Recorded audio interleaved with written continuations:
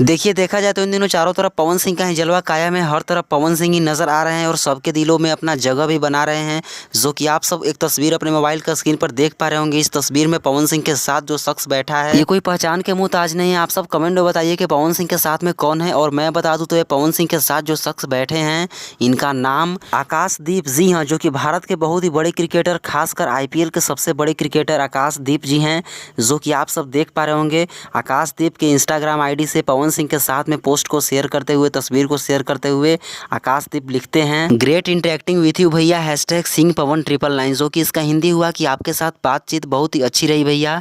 जो कि आप सब समझ सकते हैं कि आकाशदीप ने पवन सिंह के साथ तस्वीर को शेयर करते हुए अपने इंस्टाग्राम ID से ऐसा पोस्ट किए हैं, जो कि बहुत ही अच्छा लगा। वैसे देखा जाए तो हर क्रिकेटर भोजपुरी फिल्म इंडस्ट्री में पवन सिंह के ही दीवाने हैं, बट आकाशदीप ने साबित भी कर दिया। आप सबको बता दूं कि वैसे आकाशदीप बिहार के ही निवासी हैं और IPL मैच में बेंगलोर टीम की तरफ से खेलते हैं और पवन सिंह के बहुत ही बड़े फैन हैं, जो कि प्रूफ आप सबके समक्ष है। बाकी इस वीडियो को शेयर कीजिए, सभी जगह फैलाइए और ऐसे ही अपडेट पाने के लिए चैनल को सब्सक्राइब कीजिए। धन्यवाद।